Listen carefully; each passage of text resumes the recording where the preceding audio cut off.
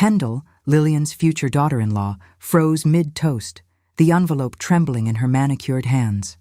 "This is an eviction notice," she whispered, her voice cracking.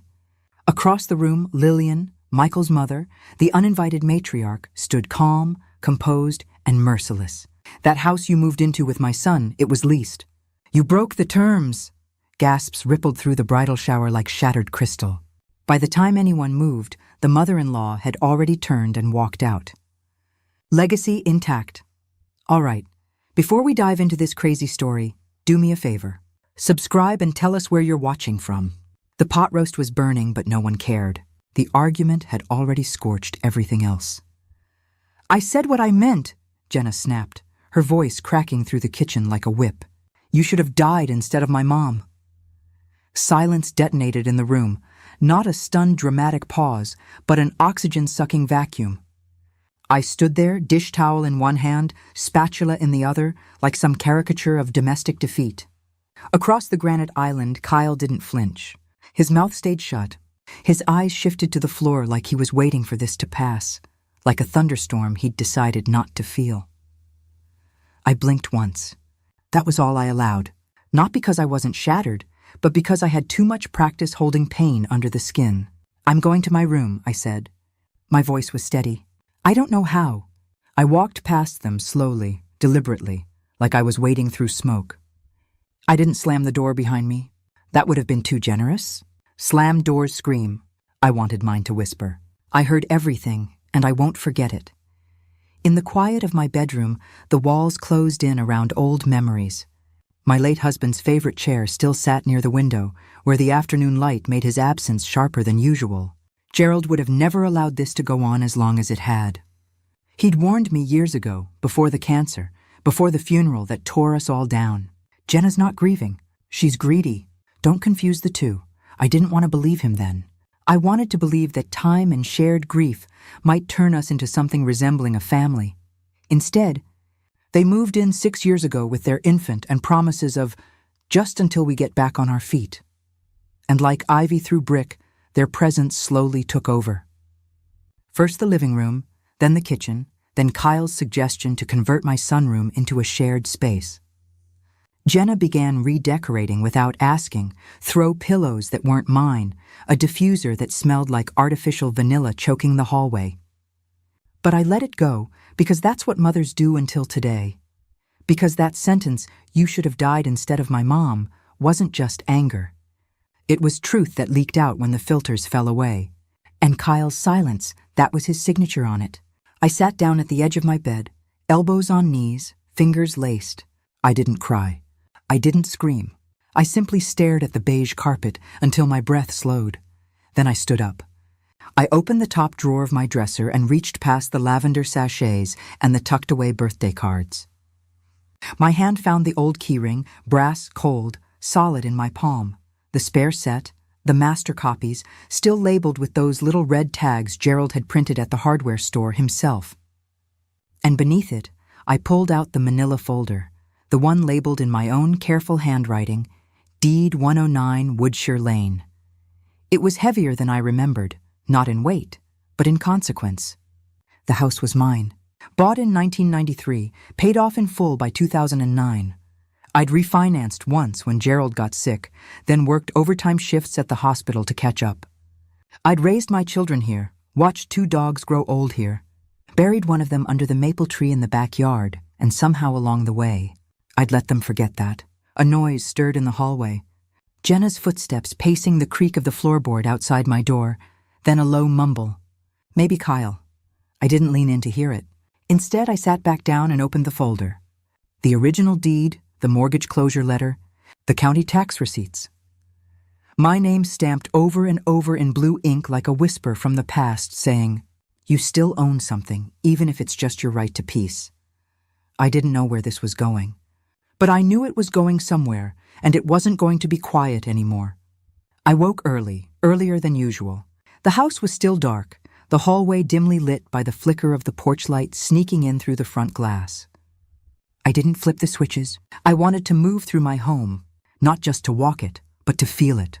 30 years. That's how long I'd poured myself into these walls. The hardwood floors still bore faint grooves from my kids' Hot Wheels. The kitchen counter had that faint crack from the time Gerald dropped a cast-iron skillet while teaching Kyle to cook chili. Every room in this house held a version of me no one seemed to see anymore. I padded into the living room. Jenna's cardigan was draped over the back of my recliner, the one Gerald bought me for my 50th. A plate of crumbs sat on the end table. The throw pillows I'd carefully arranged were on the floor, replaced by some velvety gray ones she ordered online. "Neutral tones," she said once. "The mustard yellow is a little outdated." I looked around and realized something. I had become the guest, the uninvited tenant in my own home. I watered the plants, paid the bills, and brewed the coffee. But I was an afterthought, a shadow moving politely around someone else's life. 6 years ago, when Kyle called after losing his job, I didn't hesitate. "Just until things even out," he promised. Jenna was 3 months pregnant. She'd cried on the phone, said she didn't want to raise a baby in a cramped apartment with no heat. Gerald had only been gone a year, and the house had felt like a mausoleum back then, so I opened the door. They moved into the master bedroom, said it made more sense with the baby on the way. I took the smaller guest room, told myself it was temporary. When postpartum hit Jenna hard, I handled the late-night feedings. I cooked, cleaned, and paid their insurance premiums when Cobra ran out, but temporary stretched like gum on a hot sidewalk. First a few months, then a year, then birthdays passed and car registrations were renewed, and they were still here, spreading wider, speaking louder, asking less. I crossed into the dining room and opened the antique buffet. The paperwork was tucked where I'd left it. I sat down, turned on the lamp, and began reviewing everything by hand. It was all still in my name. Deed, title, taxes, every last detail. There was no "we" in the ownership, just Elaine Thompson signed in pen across decades of paperwork. I heard Jenna laugh upstairs, light and sharp, like a wine glass cracking under pressure. Kyle mumbled something, then a door closed. It felt like they were on the second floor of a hotel I no longer managed. My husband used to have a saying. I could still hear it in his voice, slow and warm like it was lined with bourbon. "Don't let generosity turn into servitude." Back then, I thought he was just being cautious. Now I knew it was a warning. They weren't just guests anymore. They'd become entitled to something I built, something they'd never poured a single drop of sweat into. And the worst part, they had convinced themselves it was already theirs. I held up the deed under the soft glow of the lamp, thick paper, embossed seal. I ran my fingers over my name like it was Braille, like I needed to remind myself that I still had the right to act, that I hadn't gone invisible yet. The doorbell startled me. I walked slowly to the door, peered through the peephole. Carol's face, my oldest friend, my first call when I couldn't sleep last night. She didn't say a word when I opened the door. She just handed me a bag of bagels and said, "You call the realtor?" I shook my head. She arched an eyebrow. "Well," I picked up the phone, my hand steady. I dialed the number and waited through 2 rings. When the realtor answered, chipper and unsuspecting, I said only one word: "Tonight." The porch light buzzed with moths when the realtor pulled up, late, flustered, and apologizing before he even made it up the steps. "Elaine?" he asked, straightening his blazer and glancing back at the sleek black car he'd parked too close to the curb. "I don't want signs," I said, before he'd even crossed the threshold. He blinked. "Excuse me? No signs, no open houses, no balloons or fresh-baked cookie gimmicks, no curious neighbors. I want privacy, and I want offers. Quiet ones." He hesitated in the doorway, scanning the foyer, his eyes catching on the crown molding and original hardwood floors. "You've got a good house here. These floors alone could drive up value." I didn't nod, didn't smile. I only stepped aside and let him in. He moved like a hawk through the living room, mentally tallying dollar signs. I stayed close behind, watching as he skimmed his fingers over the fireplace mantel, paused at the stained glass over the staircase, and peeked toward the kitchen just in time to hear Jenna laugh upstairs. He cleared his throat. "I've got a corporate buyer, big real estate investor out of Chicago. They're scooping up homes like this, preferably furnished with fast closings." I folded my arms. "Can you make it disappear?" He looked at me fully for the first time. I saw the shift in his posture, the way his clipboard dipped slightly. "I can," he said, "but it'll go fast. No inspections. Cash. If you're serious, they'll wire a deposit tomorrow. I led him to the dining room table and slid the folder across. Everything already in order. I want closing in under 30. Tell them I'm not interested in counteroffers. He whistled low. You sure you don't want a weekend to think it through? I gave him a thin smile. The only thing I'm second-guessing is waiting this long. He gave a respectful nod, tucked the paperwork under his arm, and left with a firm handshake and the faint scent of aftershave lingering behind. The house was quiet again. Too quiet. I stood in the kitchen for a long minute, letting the silence settle, broken only by the refrigerator's hum and the soft creak of footsteps above. Upstairs, Jenna's voice filtered down through the vent, syrupy and sharp. She was on the phone. She's just being dramatic. Honestly, this house is a money pit anyway. Can't wait until it's ours so I can rip out those dusty curtains. I sat at the table pulling out a pen and the thick stationery I hadn't touched since Gerald passed. The paper was heavy ivory with a faint linen texture, something we used only for things that mattered. Gerald, I wrote, you always said to hold the line. I'm sorry it took me this long. The words came slower after that. Not sad, just steady, like I was sealing a box inside myself and labeling it done. By the time I capped the pen, my hand ached, but my chest didn't. The hall light clicked off upstairs. A door shut. I leaned back in my chair and let the kitchen light buzz above me. The floor was cool against my bare feet. A glass of water sweated in my hand as I reread the letter. And then came the pounding, hard and impatient, knuckles hitting wood in a way that told me this wasn't just another petty disagreement. Elaine. Jenna's voice was jagged and full of spite. Are you seriously going to hide in your room like a child after the way you acted earlier? Another slam, then a louder one. I demand an apology now. The walls weren't just paint and plaster. They were fingerprints, memories, ghosts of holidays and birthdays layered in light and wallpaper. And yet, just one room over, Jenna called them outdated as hell. I was in the hallway folding the Afghan Gerald's mother had crocheted when I overheard her voice through the vent.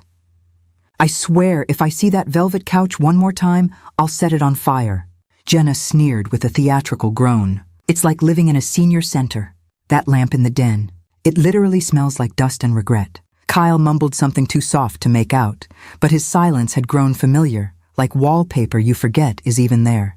I didn't move, just stood there holding that blanket to my chest, the scent of lavender detergent still clinging to the yarn, the echo of a woman who once loved me like her own. I thought of the dozens of times I'd walked past Jenna rearranging furniture without asking, moving things that had been in their places since Gerald and I first moved in. No discussion, just decisions. There had been the baby shower she hosted here, uninvited, taking over the living room like it was a banquet hall. The endless parade of her friends, her voice spilling down the stairs, laughing as she called the place vintage chic, when I knew what she meant was old. She never saw the mornings Gerald and I spent in this kitchen, barefoot and quietly reading. She never knew about the night he proposed right here with the scent of burnt spaghetti in the air and rain tapping against the window. She never asked. Once during dinner, Kyle casually suggested transferring the title just to ease the tax burden. I had laughed then too hard, too long. I remember saying, if I die broke, it won't be because of bad taxes. It'll be because I trusted the wrong people. He hadn't mentioned it again. I walked to the hall closet and pulled out the plastic storage bins I kept hidden beneath the winter coats, each one labeled in Gerald's tight square handwriting. I opened the first and began packing what mattered. Porcelain figurines from his mother, my wedding china, the yellowed photo albums I'd promised to keep safe. I moved slowly, deliberately, as if each item were glass. In a way they were. In the distance, a ding vibrated against the table. Realtor, offer received, strong cash bid, ready to close, can call in the morning. I stared at the screen, heart thudding harder than I'd expected. No balloons, no signs, no parade of strangers dragging mud into my foyer. Just a clean exit offered like a dare. Are you moving? The voice startled me. Kyle stood in the doorway frowning. He wasn't angry, just confused. His eyes fell to the album in my lap, the carefully folded linens on the bed. You packing for someone? No, I said, not looking up. Just taking inventory. He stepped inside. You didn't say anything. Is everything okay? I met his eyes then. Really met them. Everything's fine. For the first time in a long time, there was a pause. Something unreadable crossed his face, then a half-smile. Well, if you're thinking of downsizing, maybe we can help figure something out. You know, to keep the house in the family. I said nothing, just gently closed the album and laid it on top of the box. He hovered a second longer before turning to leave. Let me know if you need help lifting anything. I waited until his footsteps faded, then opened my phone and tapped out a reply. Tell the buyers I'll sign as soon as they're ready. Let's move forward. Kyle found me in the den early the next morning, still in my robe, sipping coffee from the chipped mug that once sat on our wedding table. He leaned in the doorway like a stranger trying to act like he belonged.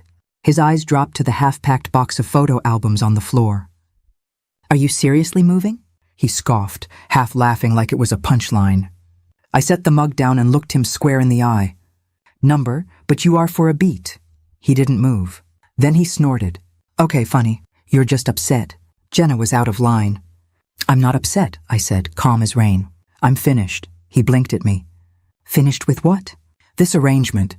This house. The way things have been going. I sold it. Kyle let out a sharp, awkward laugh like he thought he misheard. You sold the house? It's done. Offer was accepted last night. I signed the papers over coffee. Wait, what? He stepped forward. You're bluffing. There's no way you could do that without telling us. Why would I tell people who treat me like furniture they're just waiting to inherit? His face twisted. This is insane, Mom. I stood up slowly, the weight of 30 years of ownership in every bone of my body. No, what's insane is letting people disrespect you in your own home and calling it keeping the peace. I gave you shelter. You gave me silence when your wife told me I should have died instead of her mother. She was angry. She didn't mean it. And you let her mean it, I said, by saying nothing. I heard the front door slam. Jenna barged in, still in her running tights, holding her phone like it was a badge. What's this about selling the house? She barked. I sold it, I said. 30 days, you're free to find new arrangements. You can't just kick us out, she shrieked. We have rights. You're acting unhinged. I almost laughed at that. That's what's got you so scared, isn't it?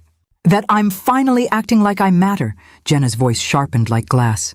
This is elder rage. That's what this is. You're unstable. Maybe you do need a psych eval. You can have a lawyer call mine, I said.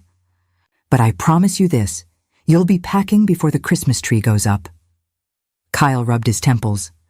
You'd seriously do this to your own son? I turned toward him, steady and unshaken. You already did it to yourself when you let her weaponize this roof against me, when you stood there while she wished me dead. Jenna stormed upstairs, stomping like a teenager. I could hear drawers slamming. Kyle followed her, muttering curses under his breath. By lunchtime, Jenna had gone full digital warfare. Carol texted me, check Facebook. She's ranting.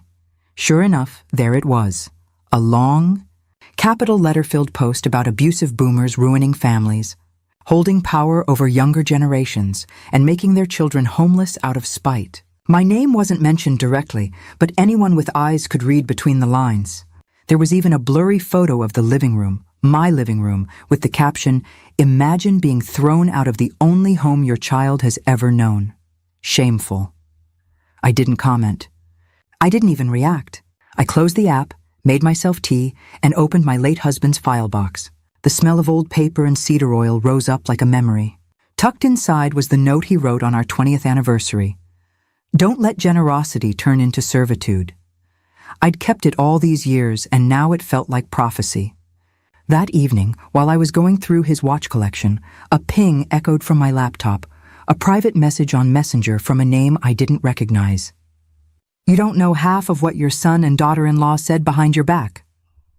I stared at it. My heart didn't pound. My hands didn't shake. I just exhaled because I already knew. I never thought betrayal could make a sound until I opened those screenshots and heard it. The soft, dry click of something inside me breaking. The stranger who messaged me turned out to be Jenna's ex-best friend, apparently just as fed up as I was. No pleasantries, no build-up, just an image dump that loaded like a slideshow of everything I hadn't wanted to believe. There was Jenna typing in a group chat. She's slipping, I swear. Maybe we'll get lucky and the Alzheimer's comes early. Old people shouldn't be allowed to control assets this big. We're practically hostages in her dusty mausoleum. I scrolled with shaking fingers. Then came Kyle. She'll outlive us all just to spite me. We need to figure out how to keep her from tanking the equity. At this point, she's a future expense, not a parent. Not a parent. I sat on the edge of my bed for a long while, the glow of the screen lighting my face like some kind of cruel confession booth. There was no defense. No, it was just a joke. These weren't whispers behind a door. They were strategy sessions on how to manage me like an overdue bill. I forwarded everything to my email, heart thudding like a slow drum. Then I called Carol. She didn't gasp. She didn't say, "I'm sorry." She just sighed like she'd been waiting for this proof to show up. "You need to protect yourself now," she said, legally all the way down. By 9 a.m. the next morning, we were sitting in my attorney's office, a tidy woman named Camille, who wore reading glasses that seemed built for X-ray vision. I handed over the screenshots. "I want to update everything," I said. "Will, trust, power of attorney, all of it." Camille's eyebrows lifted slightly as she read the messages. "You want them out of your estate? I want it bulletproof. I don't want either of them contesting a dime. Add a no contest clause and make sure every document is notarized 6 ways to Sunday." Carol gave me a little nod from the chair beside me. Camille got to work. While she drafted updates, I stared out her window at the rustling oaks, the kind that hold their leaves a little longer than they should. Stubborn trees, just like me. By the time I walked out with a fresh binder in hand, I felt 30 pounds lighter. Not from joy. There was no joy in this, just relief. A slow breath in a room that had been suffocating for too long. That night, I moved through the house like a quiet sentinel. I rechecked every drawer I'd emptied, every heirloom now wrapped and labeled in storage bins stacked by the door. Carol had helped me earlier that week, carrying the things that mattered most. My husband's old watch, my wedding album, the quilt my mother made into a rented unit across town, far from curious eyes and prying hands. And then I stood in front of my safe. It wasn't a big one, just a modest lockbox tucked in the back of my closet. But inside were the documents that could outlast a house, a fight, even a son. Title papers. The trust packet Camille had drawn up, letters from my husband. Birth certificates, death certificates, and everything that came between. I knelt down to double-check the lock. That's when I noticed it. The carpet had been shifted, just barely. The dust line around the safe was broken, as if someone had moved it and tried to place it back exactly the same way, but not quite. I opened the lid slowly. Everything appeared to be intact, but I counted every envelope, every seal. Something about the air inside felt disturbed, like someone had opened it just long enough to breathe over everything I'd protected. And when I stepped back out into the hallway, I didn't need to wonder. Kyle stood at the top of the stairs, startled like a child caught mid-theft. Our eyes met, mine steady, his unsure. "Were you looking for something?" I asked. He opened his mouth, closed it again. Silence, but I already knew the answer. He stood there like a shadow that didn't expect to be seen. Kyle, my son, caught at the top of the stairs just outside my bedroom. His face flickered between guilt and something uglier. He opened his mouth, but nothing came out. After a few seconds of stammered silence, he turned and disappeared into the hallway like a coward in retreat. I closed the bedroom door behind me, the latch clicking like punctuation. I didn't sleep that night. Instead, I made a list, a full inventory. What I owned, what I had moved, what I hadn't. By sunrise, I had called the locksmith. By noon, every lock in the house had been changed. The front door, the back, even the interior doors leading to my room and the den. I installed a keypad for myself. Then I ordered cameras, discreet, nearly invisible. One in the hallway, one outside my room, and one by the safe tucked behind my dresser. Carol came by later that day, arms full of empty filing boxes. "They think you're old and distracted," she said, helping me lift the safe into the trunk of my car. "Let's show them you're anything but." We drove in silence to the storage unit she helped me rent the week before. Climate-controlled, private, and under my maiden name. Inside it, I placed not just the safe, but everything they'd hoped I'd forget. The notarized deed, updated will, trust revisions, medical directives, even the journals my husband had kept before he passed. His handwriting still made my chest ache. On one page, I'd underlined a note he'd written in blue ink. "Don't let love excuse disrespect, especially not from your own blood." The moment we sealed the unit, I felt like I'd locked away more than just documents. I'd secured my sanity, my future, my story. The next morning, I came down to the smell of overcooked bacon and Jenna humming tunelessly in the kitchen. "Good morning, Elaine," she said with a smile that made my skin crawl. Kyle looked up from his coffee and offered a too pleasant, "Sleep okay?" I said nothing, just nodded and walked straight past them, hearing the falseness rattle like coins in a jar. I knew that act of hollow sweetness before the storm. Something was brewing behind their eyes, but I was no longer afraid of the rain. Later that afternoon, the realtor called. "We're ready to schedule the final walkthrough," he said. "The buyers are thrilled. They said it already feels like home." Home. I'd forgotten what that word felt like until now, without the bitterness, the eggshells, the creeping sense that I'd become a tenant in the very house I once painted with my husband. "Let's do it," I said. I hung up and stood in the living room, taking in every detail, the cracks in the ceiling, the carpet they always mocked, the faint scent of lilac from the plug-in I kept by the staircase. I had loved this house, not for how it looked, but for what it meant. It held the echoes of my children's first steps, my husband's laugh, Christmas mornings filled with warmth, not weaponized silence. And still, I was ready to let it go. That night I heard it, a voice low and sharp, seeping through the vent above my bed. "Kyle, she'll be gone one way or another," he muttered. He was on the phone. I couldn't make out who he was speaking to. Maybe Jenna, maybe someone else. But I heard those words clear as a threat. I sat up in bed, gripping the edge of the blanket with both hands. My heart didn't race this time. It slowed, hardened. It didn't feel like fear. It felt like resolve. They thought my memory was fading, but I remembered everything worth hiding. And I wasn't done yet. The doorbell rang at exactly 2 p.m., right on time. I opened it to find the young couple standing with hopeful eyes and matching navy scarves, their gloved hands clasped tightly like they were preparing to enter sacred ground. "Ella," the woman asked gently. Her voice reminded me of wind chimes, polite, deliberate, and not a note out of place. "That's me," I said, stepping back to let them in. "Welcome home." They walked in slowly, reverently. The man, he introduced himself as Nate, paused at the archway near the living room and ran his fingers along the trim. "This molding, it's original, isn't it?" he asked. I nodded. "Cherry wood? My husband restored it himself in '98. His partner, Mila, leaned down to inspect the faded oriental rug near the front window. "This whole place has soul. It's not just some flip. It feels loved." I smiled at that. There was no truer word for it. This home had held my best and worst moments. First birthdays and final breaths, laughter echoing off walls now heavy with silence. As we walked through the house, I guided them room by room. But it didn't feel like a real estate transaction. It felt like storytelling. The hallway bathroom still had the height marks where Kyle grew from toddler to teenage giant. The kitchen held the tiny scorch mark where I once forgot cornbread in the oven on Thanksgiving. Even the creaky third step on the staircase had its charm.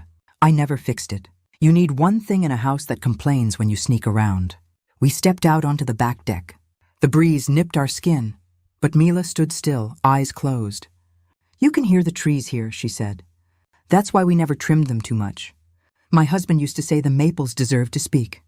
We stood together in the soft rustling, and for once I wasn't guarding myself. I wasn't apologizing for the age of the house or the smell of lemon polish or the wallpaper Jenna always called geriatric. I was letting go with grace. "We're not in a rush to move in," Nate said as we stepped back inside. "And I noticed there's a finished unit out back. It's separate enough, has its own entrance. If you ever want to stay close, just until you figure out what's next, the offer's open." It hit me how rare that was to be offered space with no strings, no entitlement, no manipulation masquerading as love. But I shook my head gently. That chapter's closed. It's time I wrote a new one. Just then, the front door opened hard, nearly slamming into the coat rack. "Jenna." She stopped short when she saw the couple. Her hair was windswept, cheeks flushed, and her eyes darted to me, then to them. "What is this?" she asked, voice already sharp, already climbing. The couple looked at each other, unsure. "We're the buyers," Nate said carefully. "Ella's showing us around." Jenna's face paled, then turned deep red. "You're throwing us out during the holidays." "Who does that?" I kept my voice calm, measured. No one's throwing anyone. The house has been sold. You were given 30 days. You're unhinged, she snapped. You know that you need help. Mila took a step back, clutching her coat tighter. Nate subtly placed a hand on her elbow, guiding her toward the hallway. I think we should give you all a moment, he said quietly. I nodded. Thank you. I'll join you in a second. Once they were gone, I looked Jenna square in the eye. This house was never a gift. It was a grace, one you mistook for ownership. She scoffed, pacing in a small, furious circle. Kyle said you were unstable, but this is next level. I didn't flinch. I've never been more stable in my life. She stormed off, muttering obscenities under her breath.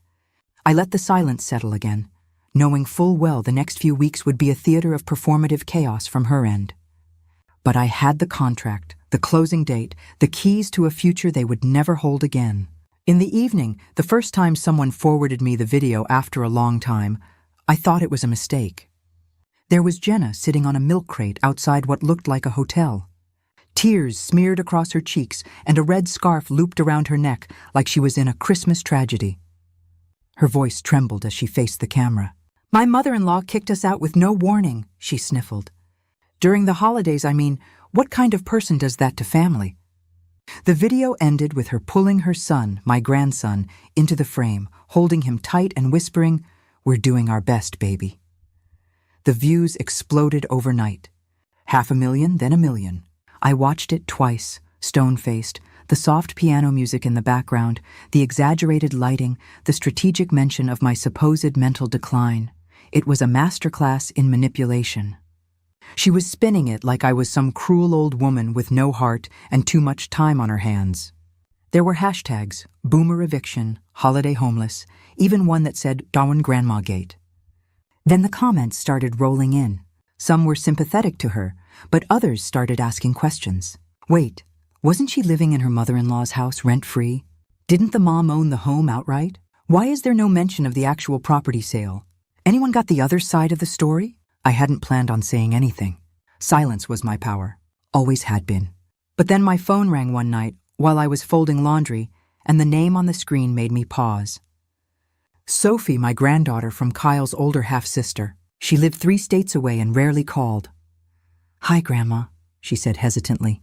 I saw Jenna's video. I don't know what to believe. Can you tell me what really happened? I sat down on the edge of my bed, a cotton towel still warm in my lap. So I told her, not in anger, not to defend myself, just the truth. I gave them my home for years, I said. I paid the bills. I bought groceries. And when I said one no, she told me I should have died instead of her mother. There was a silence on the other end. And then Sophie said something that lit a fire I didn't realize still burned in me. You should say that publicly. People need to hear from you, not just her story. So I did. Carol helped me set up a quiet little space in her sunroom, a vase of winter flowers, a cup of tea beside me. The camera was still, no filters, no music, just me in a cable-knit sweater with a voice steady as a courtroom gavel. I explained the timeline. I spoke about the deed, the betrayal, the eviction, the lies, and then I showed the documents, copies of the sale, notarized affidavit, even Kyle's text from months back asking me to sign over the title for tax reasons. It wasn't flashy. It wasn't dramatic, but it was real, and it worked. By the next day, Jenna's comments section had turned fast. Girl, you left out a lot. Her receipts hit harder than your crying. Wait, she gave you 30 days and you made it sound like she tossed you into the snow. You weaponized your kid. That's low. Even people who'd once supported her started deleting their comments. Carol brought over cookies that night, giggling like a teenager. You broke the internet, Elaine.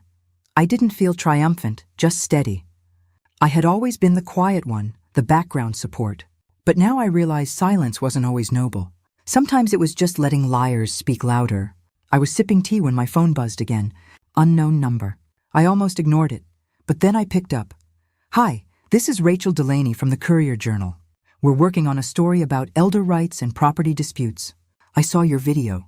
Would you be open to a feature interview?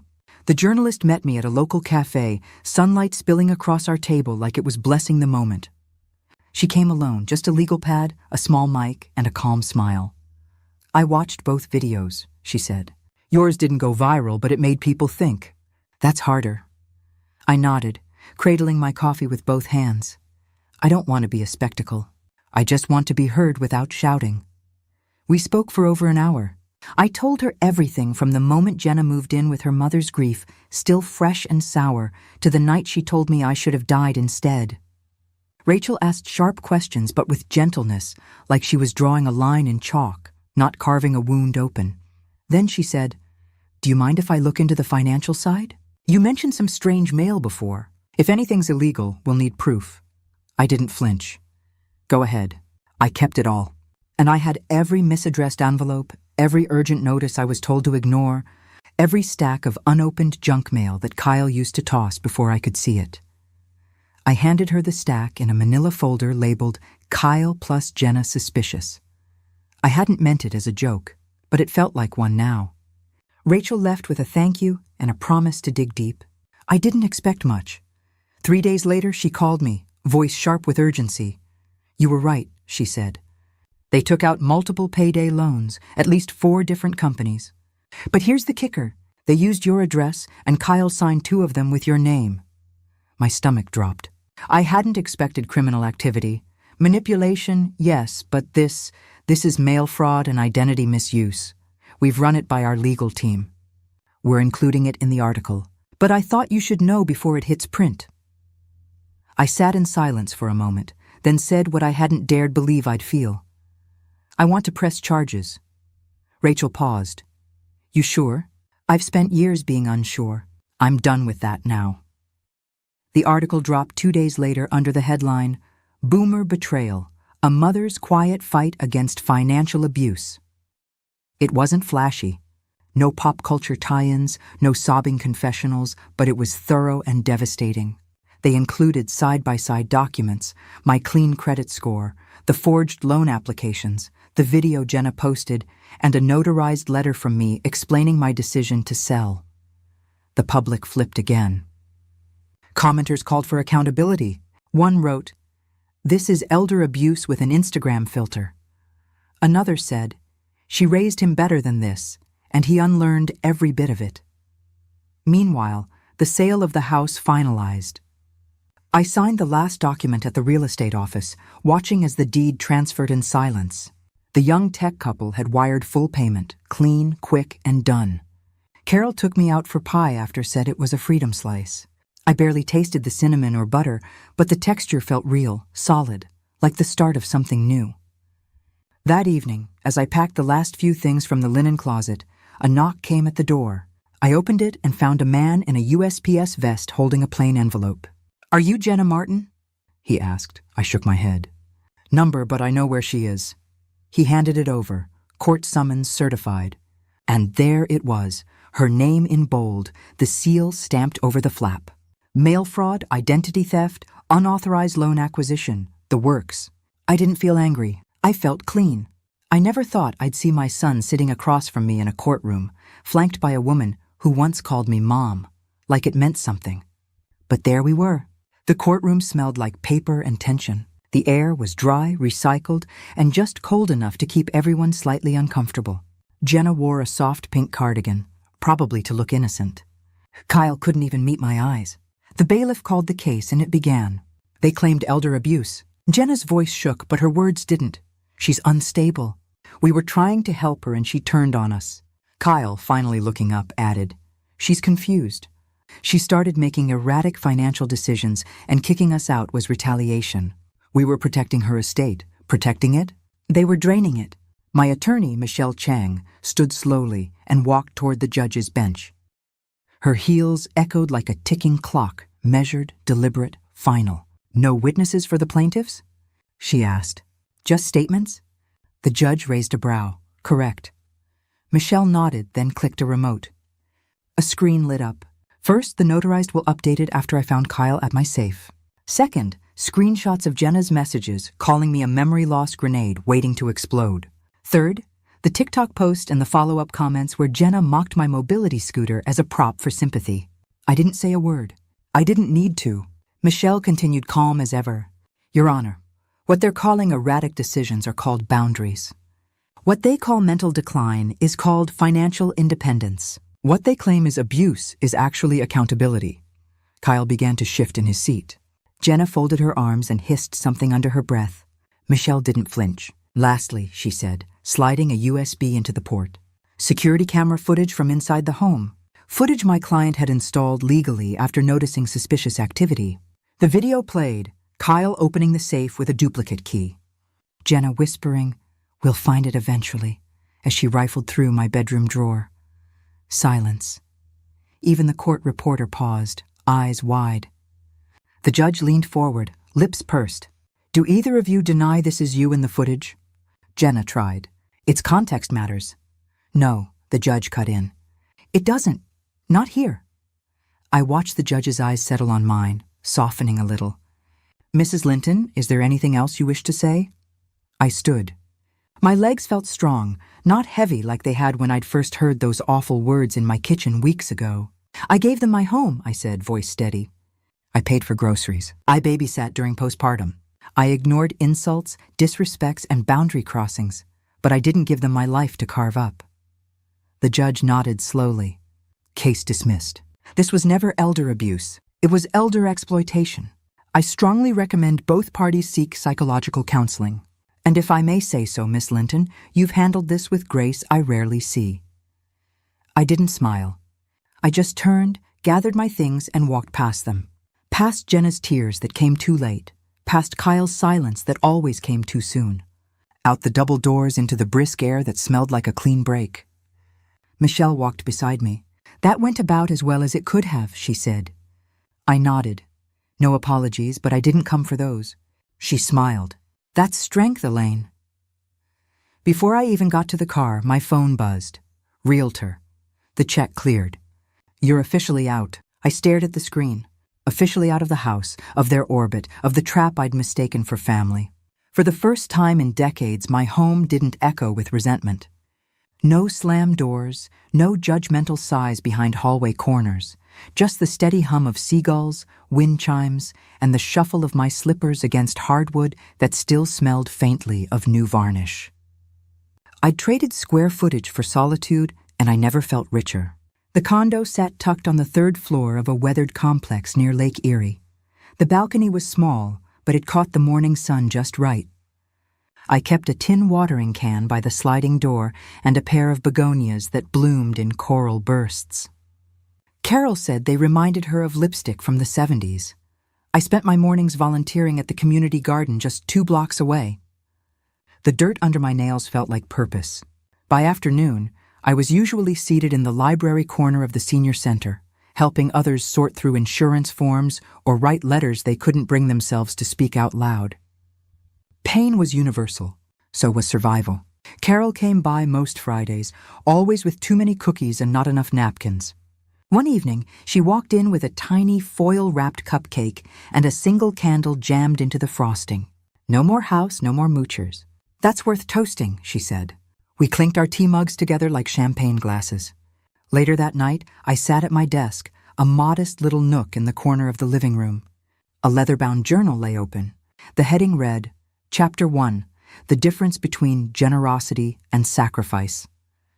I'd always hated how stories made older women one-dimensional, either helpless or bitter. I wanted to tell the truth about boundaries, about how we give and give until someone teaches us to take it back, about how betrayal from your own blood doesn't bleed less. It just cuts deeper. I wrote until my hand cramped. Just after midnight, I closed the journal and leaned back. Through the open window, I could hear the low rumble of a car engine. At first, I thought it was a neighbor. Then it didn't move. A soft knock rattled the door. I froze. My fingers hovered over the lamp switch. Instinct told me not to answer, but something else, something defiant, urged me to look. I drew the curtain back just enough to peek. Kyle. His hair was messier than I remembered, like it hadn't been washed in a while. He stood with both hands in the pockets of a jacket too thin for the evening chill. "No, Jenna, no fake cheer. Just him." I opened the door, but only the chain length. "I need to talk," he said. His voice cracked, like it hadn't been used honestly in a while. I studied his eyes. There was desperation there, but I couldn't tell yet if it was regret or just the fear of losing what he thought he could still control. "I'm not here to fight," he added quickly. "Please, just 10 minutes. I've said everything I needed to say, I replied. I haven't, he whispered. And I lost everything. A pause. He stood there like a boy who had finally lost his last excuse. I opened the door, not wide, just enough to let him see I wasn't afraid of him, but not foolish enough to invite him in. Kyle looked gaunt. Dark circles clung to his eyes, and his coat was buttoned wrong, like he'd rushed to look put together and still couldn't manage it. Can I sit? He asked. No, I said flatly. The hallway light buzzed above us, casting a pale hum over the silence. He looked down at his shoes, scuffed and damp. I'm not here to fight, he said. I don't know where else to go. I leaned my shoulder against the doorframe, crossing my arms. I'd spent years preparing meals, folding his laundry, babysitting his children while he and Jenna reconnected, and in return, I was called dead weight. Jenna's gone, he said quietly. She took what was left in our joint account, blamed everything on me. Guess I deserved that. I didn't respond. I wasn't going to bail him out with words. He glanced up. You think I'm lying? I think you're still talking like someone who's waiting to be rescued. The words hit him like a slow slap. Dull, delayed, but stinging all the same. I've lost everything, he said. The house, the money, my job. I just needed someone to talk to. You mean someone to fix it? His jaw clenched. Why are you being like this? I'm your son. I let the silence hold.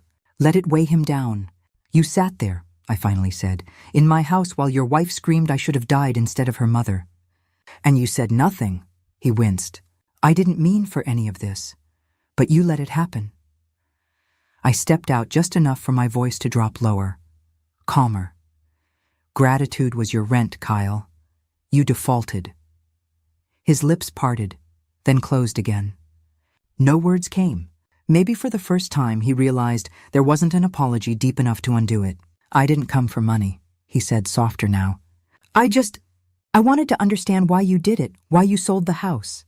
I tilted my head. Because it was mine to sell, because living in it started to feel like slow death, and because you never earned the roof you thought you were owed. He swallowed hard, tears welling, but I didn't move. I didn't offer him the softness he thought still existed between us. There's no deed left to sign, I said. No will, no trust, no shared lock or name on a mailbox. You're not my dependent, Kyle. You're just a man who burned his bridge and thinks smoke is still a signal fire. The silence between us stretched like a rope. Then he took a step back, blinking fast, lips trembling. I guess I deserve that, he muttered. I didn't nod. I didn't soften. I simply closed the door without another word. Inside, I walked straight to my desk. A thick manila envelope waited, sealed, addressed, and stamped. Inside it were the original blueprints to the house. My husband and I had kept them all these years, tucked away like some kind of sentimental anchor. But they weren't sentimental anymore. They were a burden passed too far. I scrolled a short note. You deserve to know the history you weren't part of. Build something better or don't, Grandma. Then I dropped the envelope into the outgoing mail tray and turned off the porch light. I used to think legacy meant passing down china sets and photo albums. I used to think it meant making sure your son had security, that your family name meant something on paper. Not anymore. Now, legacy feels like choosing peace over obligation. The morning light filtered through my condo's sheer curtains, painting golden stripes across the hardwood. I poured a mug of coffee, strong and black, and sat down at the kitchen table with the document spread before me. My will, my trust, and the letterhead of a firm I'd come to trust more than my own blood. The lawyer's voice still echoed in my head from our last meeting. You don't owe anyone your estate just because they share your DNA. So, I changed it, all of it. I scratched out Kyle and Jenna's names with a firm stroke, and in their place, I added two that meant more. My granddaughter Lily, my daughter's child, and the Willow Path Women's Shelter. They had never asked me for a thing, never guilted me with bloodlines or birthdays. Lily sent handwritten cards just to say hello. And the women at Willow Path survivors, just like me. As I signed the final page, my hand trembled, but not from fear. It was the feeling of a chain falling off. Carol stopped by that afternoon with her arms full of grocery bags and a celebratory bottle of white wine. You look light, she said, placing the bottle on the counter. Like you shed skin. I shed dead weight, I replied, half laughing. She raised her eyebrows, noticing the packet of documents beside my coffee mug. Is that it? The official rewrite? I nodded. Kyle and Jenna are out. Lily gets the remainder, and the shelter gets a quarterly gift in my car. I even set up a scholarship. A scholarship? She asked, intrigued. For aging caregivers, I said, and my voice caught a little. Women who give everything and then get told they're too much or not enough when they need something back. Carol smiled so warmly I thought she might cry. Now that's a legacy. We toasted with water instead of wine.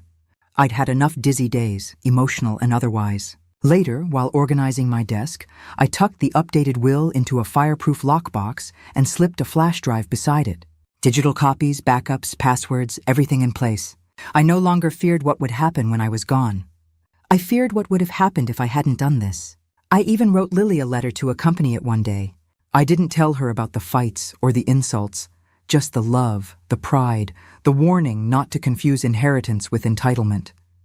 Night fell soft and slow, the way it only does in spring. I pulled on a cardigan and stepped onto the small patio where Carol had planted pansies for me last week. The breeze was cool but forgiving, and I sat in the woven chair with my knitting and an old jazz record whispering through the screen door. I didn't hear the delivery van pull up, just the soft thud of a package on my front doormat. I frowned. I hadn't ordered anything. Inside, I peeled the brown paper away. No return address, just a box worn at the edges, but carefully taped shut. When I opened it, my breath left me. Nestled inside was my late husband's watch. Not just any watch. The silver one with the leather band he wore every day for 30 years. I'd searched for it after his death, thinking maybe he'd left it somewhere for me, but it had vanished. Now here it was, polished, preserved, and engraved. I turned it over, reading the small, careful etching on the back. 2E. You always knew when time was up. M. There was no card, no explanation, just that. And suddenly, the air around me felt charged, like the wind carried something more than just weather. The tide was low that morning, whispering against the shore like it didn't want to wake anyone. I sat on the weathered bench facing the lake, my journal on my lap, the spine cracked open to a blank page. I could smell the brine in the air, clean, slightly metallic. The sun hadn't fully risen, just a soft gold halo brushing the tops of the water. I exhaled slowly, the way my therapist once told me to, like I was releasing weight from my bones. This was the place I came to most mornings now. Quiet. No echoes of slamming doors or voices thrown like knives. Just gulls in the distance and the rhythmic hush of water greeting sand. My life had shrunk in size. Fewer people, fewer expectations, but somehow it felt fuller than it had in decades. I uncapped my pen and turned to the letter I'd been drafting for weeks. One final message, not to Kyle, not to Jenna, not even to Lily. This one was for me. Dear Elaine, you survived. That's the first thing I need you to remember. The words flowed slowly, then all at once. Paragraphs filled with truths I never gave myself space to say out loud. How it felt to be overlooked in my own kitchen. The sting of betrayal when silence spoke louder than insults. The moment I chose not revenge but return. Stained fingers and laughter that had once echoed through that house like music. Now the only names in my legal life were the ones who'd shown up with kindness, not demands. I didn't check Jenna's TikTok anymore. Didn't stalk Kyle's sporadic Facebook posts, always cloaked in victimhood. I had no interest in how their version of the story was being told, because this life, these choices were mine, and no one could rewrite them. As I sat back down at the kitchen table, I noticed Lily's card from last week still pinned on my fridge. A simple watercolor drawing of daisies and the words, "You taught me to grow what loves you back." She was right. Outside, the wind picked up slightly, rustling the blinds and carrying with it a faint scent of the lake. I left the door open, welcoming the air inside like an old friend. I poured myself a glass of water, not wine, and stood in the middle of my living room. No noise, no accusations, no shifting around someone else's anger. And I thought, not for the first time, I did it. I really did it. I didn't burn the bridge. I sold it brick by brick, paperwork by paperwork, signature by signature.